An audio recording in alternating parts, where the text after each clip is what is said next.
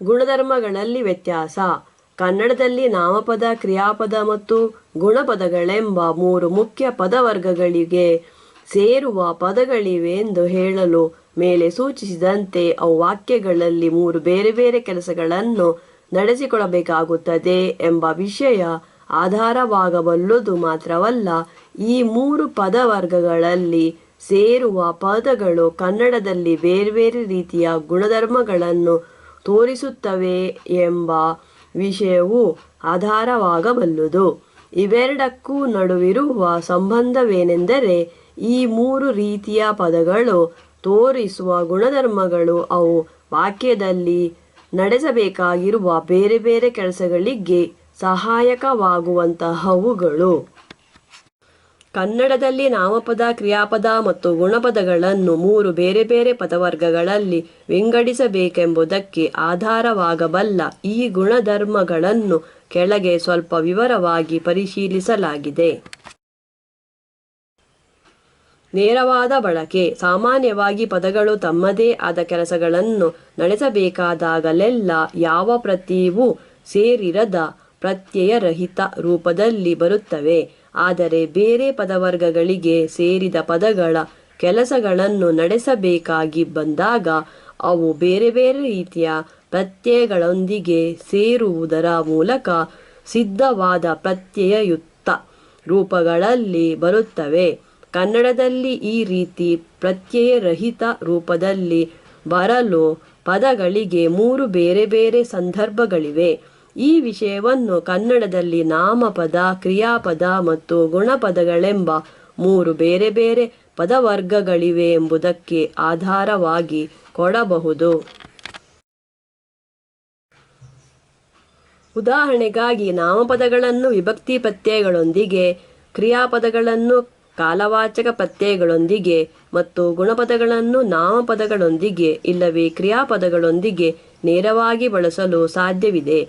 ಇದಕ್ಕೆ ವೈತಿರಿಕ್ತವಾಗಿ ಕ್ರಿಯಾಪದಗಳನ್ನು ಇಲ್ಲವೇ ಗುಣಪದಗಳನ್ನು ವಿಭಕ್ತಿ ಪ್ರತ್ಯಯಗಳೊಂದಿಗೆ ಬಳಸಬೇಕಾದಲ್ಲಿ ನಾಮಪದಗಳನ್ನು ಇಲ್ಲವೇ ಗುಣಪದಗಳನ್ನು ಕಾಲವಾಚಕ ಪ್ರತ್ಯಯಗಳೊಂದಿಗೆ ಬಳಸಬೇಕಾದಲ್ಲಿ ಮತ್ತು ನಾಮಪದಗಳನ್ನು ಇಲ್ಲವೇ ಕ್ರಿಯಾಪದಗಳನ್ನು ಬೇರೆ ನಾಮಪದಗಳೊಂದಿಗೆ ಇಲ್ಲವೇ ಕ್ರಿಯಾಪದಗಳೊಂದಿಗೆ ಬಳಸಬೇಕಾದಲ್ಲಿ ಅವಕ್ಕೆ ಬೇರೆ ಬೇರೆ ರೀತಿಯ ಪ್ರತ್ಯಯಗಳನ್ನು ಅಥವಾ ಪದಗಳನ್ನು ಸೇರಿಸುವ ಅವಶ್ಯಕತೆ ಇದೆ. ಕನ್ನಡದಲ್ಲಿ ನಾಮಪದ, ಕ್ರಿಯಾಪದ ಮತ್ತು ಗುಣಪದಗಳ ನಡುವೆ ಅವುಗಳ ನೇರವಾದ ಬಳಕೆಯಲ್ಲಿ ಕಾಣಿಸುವ ಈ ಪ್ರಾಮುಖ್ಯವಾದ ವ್ಯತ್ಯಾಸವನ್ನು ಕೆಳಗಿನ ಉದಾಹರಣೆಗಳು ಸ್ಪಷ್ಟಪಡಿಸುತ್ತವೆ. 1. ವಿಭಕ್ತಿ ಪ್ರತ್ಯಯದೊಂದಿಗೆ ಬಳಕೆ. ನಾಮಪದ ಹಾಡನ್ನು, ಮನೆಯನ್ನು, ಮರವನ್ನು, ಕಿವಿಯನ್ನು, ಕೊರಳಿಗೆ. ಕ್ರಿಯಾಪದ ಹಾಡುವುದನ್ನು, ಬರೆದುದನ್ನು, ಕೊಡುವುದನ್ನು, ಕಲಿತುದನ್ನು, ಹೊರಡುವುದಕ್ಕೆ. ಗುಣಪದ ತೆಳುವಿನದನ್ನು, ಹಳೆಯದನ್ನು, ದೊಡ್ಡದನ್ನು, ಬಿಳಿಯದನ್ನು, ಮುಂದಿನದಕ್ಕೆ. ಮೇಲೆ ಮೊದಲನೆಯ ಕಾಲಂನಲ್ಲಿ ನಾಮಪದಗಳು ವಿಭಕ್ತಿ ಪ್ರತ್ಯಯಗಳನ್ನು ನೇರವಾಗಿ ಪಡೆದಿರುವುದನ್ನು ಕಾಣಬಹುದು. ಈ ಪ್ರತ್ಯಯಗಳ ಅನ್ನು ಮತ್ತು ಇಗೆ ಎಂಬವುಗಳ ಮೊದಲಿಗೆ ಸ್ವರ ಇದೆಯಾದ ಕಾರಣ ನಾಮಪದಗಳ ಕೊನೆಯಲ್ಲಿರುವ ಊಕಾರ ಬಿದ್ದು ಹೋಗಿದೆ ಮತ್ತು ಇತರ ಸ್ವರಗಳ ಅನಂತರ ಯಕಾರ ಇಲ್ಲವೇ ವಕಾರಗಳು ಹೆಚ್ಚುವರಿಯಾಗಿ ಬಂದಿವೆ. ಆದರೆ ಇವೆಲ್ಲ ಕನ್ನಡದಲ್ಲಿ ನಡೆಯುವ ಸಂಧಿ ನಿಯಮಗಳಿಗನುಸಾರವಾಗಿ ನಡೆಯುವ ಬದಲಾವಣೆಗಳು.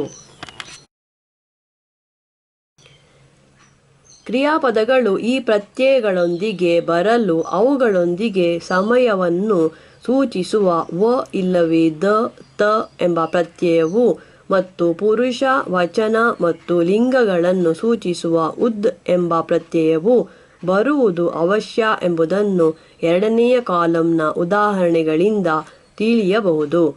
ಇದೇ ರೀತಿಯಲ್ಲಿ ಗುಣಪದಗಳು ಈ ವಿಭಕ್ತಿ ಪ್ರತ್ಯಯಗಳೊಂದಿಗೆ ಬರಬೇಕಿದ್ದಲ್ಲಿ ಅವಕ್ಕೆ ಅದ್ ಇಲ್ಲವೇ ಇನ್ ಪ್ಲಸ್ ಅದ್ ಎಂಬ ಲಿಂಗವಚನಗಳನ್ನು ಸೂಚಿಸುವ ಪ್ರತ್ಯಯವನ್ನು ಸೇರಿಸುವುದು ಅವಶ್ಯ ಎಂಬುದನ್ನು ಮೂರನೆಯ ಕಾಲಂನ ಉದಾಹರಣೆಗಳಿಂದ ತಿಳಿಯಬಹುದು. ಕನ್ನಡದಲ್ಲಿ ಕೆಲವು ಗುಣಪದಗಳು ನೇರವಾಗಿ ವಿಭಕ್ತಿ ಪ್ರತ್ಯಯಗಳೊಂದಿಗೆ ಬರಬಲ್ಲುವೆಂಬುದನ್ನು ಕೆಂಪನ್ನು, ಹಸುರಿಗೆ ಮೊದಲಾದ ಪ್ರಯೋಗಗಳಲ್ಲಿ ಕಾಣಬಹುದು. ಆದರೆ ಇಂತಹ ಪ್ರಯೋಗಗಳಲ್ಲಿ ಈ ಪದಗಳು ನಾಮಪದಗಳಾಗಿಯೇ ಬಂದಿವೆ.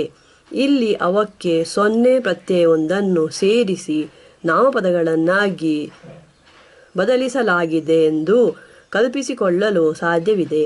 ಇಂಥ ಪ್ರಯೋಗಗಳಲ್ಲಿ ಈ ಪದಗಳು ಗುಣಪದಗಳ ಹಾಗೆ ಗುಣಧರ್ಮ ಒಂದನ್ನು ಸೂಚಿಸುವ ಬದಲು ನಾಮಪದಗಳ ಹಾಗೆ ಅದನ್ನು ಹೆಸರಿಸುತ್ತವೆ ಎಂಬುದನ್ನು ಗಮನಿಸಬಹುದು. 5. ಇದರಿಂದ ಸ್ವಲ್ಪ ಕೆಂಪನ್ನು ಕಡಿಮೆ ಮಾಡಲು ಸಾಧ್ಯವಾದೀತೆ? 5ನೇ ವಾಕ್ಯದಲ್ಲಿ ಕೆಂಪನ್ನು ಎಂಬ ಪದಕ್ಕೆ ಕೆಂಪು ಬಣ್ಣವನ್ನು ಎಂಬ ನಾಮಪದಗುಚ್ಛದ ಅರ್ಥವಿದೆ ಎಂಬುದನ್ನು ಗಮನಿಸಬಹುದು. 2. ಸಮಯವನ್ನು ಸೂಚಿಸುವ ಪ್ರತ್ಯಯಗಳೊಂದಿಗೆ ಬಳಕೆ. ಕನ್ನಡದಲ್ಲಿ ಕ್ರಿಯಾಪದಗಳು ಮಾತ್ರವೇ ಸಮಯವನ್ನು ಸೂಚಿಸುವ ಪ್ರತ್ಯಯಗಳೊಂದಿಗೆ ಬರಬಲ್ಲುವು. ನಾಮಪದ ಮತ್ತು ಗುಣಪದಗಳು ಅವುಗಳೊಂದಿಗೆ ಬರಲಾರವು. ಕೆಲವು ನಾಮಪದ ಮತ್ತು ಗುಣಪದಗಳನ್ನು ಈ ರೀತಿ ಸಮಯವನ್ನು ಸೂಚಿಸುವ ಪ್ರತ್ಯಯಗಳೊಂದಿಗೆ ಬಳಸಲು ಸಾಧ್ಯವಿದೆಯಾದರೂ ಇದಕ್ಕಾಗಿ ಅವಕ್ಕೆ ಇಸು ಎಂಬ ಪ್ರತ್ಯಯವನ್ನಾಗಲಿ, ಉದಾಹರಣೆಗೆ ಹಂಬಲ ಹಂಬಲಿಸು, ಹೆಸರು ಹೆಸರಿಸು, ಉತ್ತರ ಉತ್ತರಿಸು, ಇಲ್ಲವೇ ಬೇರೆ ಕೆಲವು ಅನಿಯಮಿತವಾದ ಪ್ರತ್ಯಯಗಳನ್ನಾಗಲಿ, ಉದಾಹರಣೆಗೆ ಅಗಲ ಅಗಲು, ಒಣ ಒಣಗು ಸೇರಿಸುವುದರ ಮೂಲಕ ಅವನ್ನು ಕ್ರಿಯಾಪದಗಳನ್ನಾಗಿ ಬದಲಾಯಿಸಿಕೊಳ್ಳುವ ಅವಶ್ಯಕತೆ ಇದೆ. 3. ನಾಮಪದಗಳೊಂದಿಗೆ ಬಳಕೆ. ನಾಮಪದ: ಕಲ್ಲಿನ ಮನೆ, ಬಣ್ಣದ ಕಾಗದ, ಕಾಗದದ ಹೂವು, ಮಾವಿನ ಹಣ್ಣು, ರಾಜುವಿನ ಬಟ್ಟೆ. ಕ್ರಿಯಾಪದ: ಕಟ್ಟುವ ಮನೆ, ಬರೆಯುವ ಕಾಗದ, ಬಾಡಿದ ಹೂವು, ಕೊಳೆತ ಹಣ್ಣು, ಹರಿದ ಬಟ್ಟೆ. ಗುಣಪದ: ದೊಡ್ಡ ಮನೆ, ಬಿಳಿ ಕಾಗದ, ಹಳೆ ಹೂವು, ಹುಳಿ ಹಣ್ಣು, ಒದ್ದೆ ಬಟ್ಟೆ. ಮೇಲೆ 3ನೇ ಕಾಲಂನಲ್ಲಿರುವ ಪದಗುಚ್ಛಗಳಲ್ಲಿ ದೊಡ್ಡ, ಬಿಳಿ, ಹಳೆ ಮೊದಲಾದ ಗುಣಪದಗಳು ನಾಮಪದಗಳೊಂದಿಗೆ ನೇರವಾಗಿ ಪ್ರತ್ಯಯಗಳ ಸಹಾಯವಿಲ್ಲದೆ ಸೇರಿವೆ. ಆದರೆ 2ನೆಯ ಕಾಲಂನಲ್ಲಿರುವ ಪದಗುಚ್ಛಗಳಲ್ಲಿ ಕಟ್ಟು, ಬರೆ, ಬಾಡು ಮೊದಲಾದ ಕ್ರಿಯಾಪದಗಳು ಇಂತಹ ಬಳಕೆಗಾಗಿ ಸಮಯವನ್ನು ಸೂಚಿಸುವ ವ ಇಲ್ಲವೇ ದ, ತ ಎಂಬ ಪ್ರತ್ಯಯದೊಂದಿಗೆ ಮತ್ತು ಅವು ವಿಶೇಷಣಗಳೆಂಬುದನ್ನು ಸೂಚಿಸುವ ಅ ಎಂಬ ಪ್ರತ್ಯಯದೊಂದಿಗೆ ಬರಬೇಕಾಗಿದೆ. ಇದೇ ರೀತಿಯಲ್ಲಿ ಮೊದಲನೆಯ ಕಾಲಂನಲ್ಲಿರುವ ಪದಗುಚ್ಛಗಳಲ್ಲಿ ಕಲ್ಲು, ಬಣ್ಣ, ಕಾಗದ ಮೊದಲಾದ ನಾಮಪದಗಳು ಇಂತಹ ಬಳಕೆಗಾಗಿ ಸಂಬಂಧವನ್ನು ಸೂಚಿಸುವ ಅ ಎಂಬ ಪ್ರತ್ಯಯದೊಂದಿಗೆ ಬರಬೇಕಾಗಿದೆ. ಇದೇ ರೀತಿಯಲ್ಲಿ ಕೆಲವು ಕ್ರಿಯಾಪದಗಳು ನೇರವಾಗಿ ನಾಮಪದಗಳೊಂದಿಗೆ ಬರಬಲ್ಲುವು. ಹುಟ್ಟುಗುಣ, ಬೀಸುಗಲ್ಲು, ಸುಳಿಗಾಳಿ ಮೊದಲಾದ ಬಳಕೆಗಳನ್ನು ಇದಕ್ಕೆ ಉದಾಹರಣೆಯಾಗಿ ಕೊಡಬಹುದು. ಆದರೆ ಇಂತಹ ಬಳಕೆಗಳಲ್ಲೂ 2 ಪದಗಳು ಒಟ್ಟು ಸೇರಿ ಜೋಡು ಪದಗಳಾಗಿವೆಯಲ್ಲದೆ ಅವು ಪದಗುಚ್ಛಗಳಾಗಿ ಉಳಿದಿಲ್ಲ. ಕ್ರಿಯಾಪದಗಳು ನಾಮಪದಗಳೊಂದಿಗೆ ಒಂದು ಪದಗುಚ್ಛದ ಅಂಗವಾಗಿ ಬರಬೇಕಿದ್ದಲ್ಲಿ ಮೇಲೆ ಸೂಚಿಸಿದಂತೆ ಅವಕ್ಕೆ ಸಮಯವನ್ನು ಇಲ್ಲವೇ ನಿಷೇಧಾರ್ಥವನ್ನು ಸೂಚಿಸುವ ಪ್ರತ್ಯಯವನ್ನು ಮತ್ತು ಅವು ವಿಶೇಷಣಗಳೆಂಬುದನ್ನು ಸೂಚಿಸುವ ಪ್ರತ್ಯಯವನ್ನು ಸೇರಿಸುವ ಅವಶ್ಯಕತೆ ಇದೆ. ಕನ್ನಡದಲ್ಲಿ ಕೆಲವು ಗುಣಪದಗಳು ನಾಮಪದಗಳೊಂದಿಗೆ ಸಂಬಂಧವನ್ನು ಸೂಚಿಸುವ ಪ್ರತ್ಯಯದೊಂದಿಗೆ ಬರಬಲ್ಲುವು. ಉದಾಹರಣೆಗಾಗಿ ಎತ್ತರ ಗೋಡೆ ಎನ್ನುವ ಬದಲು ಎತ್ತರದ ಗೋಡೆ ಎಂಬುದಾಗಿಯೂ ಮತ್ತು ಕೆಂಪು ಬಟ್ಟೆ ಎನ್ನುವ ಬದಲು ಕೆಂಪಿನ ಬಟ್ಟೆ ಎಂಬುದಾಗಿಯೂ ಹೇಳಲು ಸಾಧ್ಯವಿದೆ. ಆದರೆ ಈ 2 ರೀತಿಯ ಬಳಕೆಗಳ ನಡುವೆ ಅರ್ಥದಲ್ಲಿ ವ್ಯತ್ಯಾಸವಿದೆ. ಸಂಬಂಧವನ್ನು ಸೂಚಿಸುವ ಪ್ರತ್ಯಯದೊಂದಿಗೆ ಬಂದಾಗ ಇವು ನಾಮಪದಗಳ ಹಾಗೆ ಅರ್ಥ ಕೊಡುತ್ತವೆಯಲ್ಲದೆ ಗುಣಪದಗಳ ಹಾಗೆ ಅರ್ಥ ಕೊಡುವುದಿಲ್ಲ. ಉದಾಹರಣೆಗಾಗಿ ಈ ಕೆಳಗಿನ 6, 7 ವಾಕ್ಯಗಳನ್ನು ಗಮನಿಸಬಹುದು. 6. ಆ ಕಲ್ಲಿನ ಗೋಡೆಗಿಂತ ಈ ಕಲ್ಲಿನ ಗೋಡೆ ನೋಡಲು ಚೆನ್ನಾಗಿದೆ. 7. ಆ ಎತ್ತರದ ಗೋಡೆಗಿಂತ ಈ ಎತ್ತರದ ಗೋಡೆ ನೋಡಲು ಚೆನ್ನಾಗಿದೆ.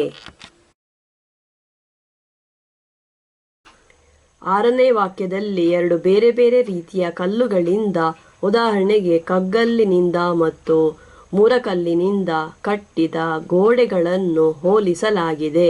7ನೇ ವಾಕ್ಯದಲ್ಲೂ ಇದೇ ರೀತಿ 2 ಬೇರೆ ಬೇರೆ ಎತ್ತರಗಳಿರುವ, ಉದಾಹರಣೆಗೆ 6 ಅಡಿ ಮತ್ತು 6.5 ಅಡಿ ಗೋಡೆಗಳನ್ನು ಹೋಲಿಸಲಾಗಿದೆ ಎಂದು ಹೇಳಲು ಸಾಧ್ಯವಿದೆ. ಎಂದರೆ ಎತ್ತರ ಎಂಬ ಪದ ಇಲ್ಲಿ ನಾಮಪದವಾಗಿ ಬಂದಿದೆ. ಗುಣಪದಗಳಿಗೆ ಈ ರೀತಿ ನಾಮಪದಗಳಿಗಿರುವಂತಹ ಅರ್ಥ ಅವನ್ನು ನಾಮಪದಗಳೊಂದಿಗೆ ಸಂಬಂಧವನ್ನು ಸೂಚಿಸುವ ಪ್ರತ್ಯಯದೊಂದಿಗೆ ಬಳಸಿದಾಗ ಮಾತ್ರ ಬರಬಲ್ಲುದು. ಅವನ್ನು ನೇರವಾಗಿ ಎತ್ತರ ಗೋಡೆ ಎಂಬುದರಲ್ಲಿರುವಂತೆ ಬಳಸಿದಾಗ ಅವಕ್ಕೆ ಈ ಅರ್ಥ ಬರಲಾರದೆಂಬುದನ್ನು 8ನೇ ವಾಕ್ಯದಿಂದ ತಿಳಿಯಬಹುದು. 8. ಆ ಎತ್ತರ ಗೋಡೆ ಈ ಎತ್ತರ ಗೋಡೆಗಿಂತ ನೋಡಲು ಚೆನ್ನಾಗಿದೆ. ಈ 8ನೇ ವಾಕ್ಯಕ್ಕೆ ಮೇಲೆ 7ನೇ ವಾಕ್ಯಕ್ಕೆ ಬಂದಿರುವಂತೆ 2 ಬೇರೆ ಬೇರೆ ಎತ್ತರಗಳಿರುವ ಗೋಡೆಗಳು ಎಂಬ ಅರ್ಥ ಬರಲಾರದೆಂಬುದನ್ನು ಇಲ್ಲಿ ಗಮನಿಸಬಹುದು.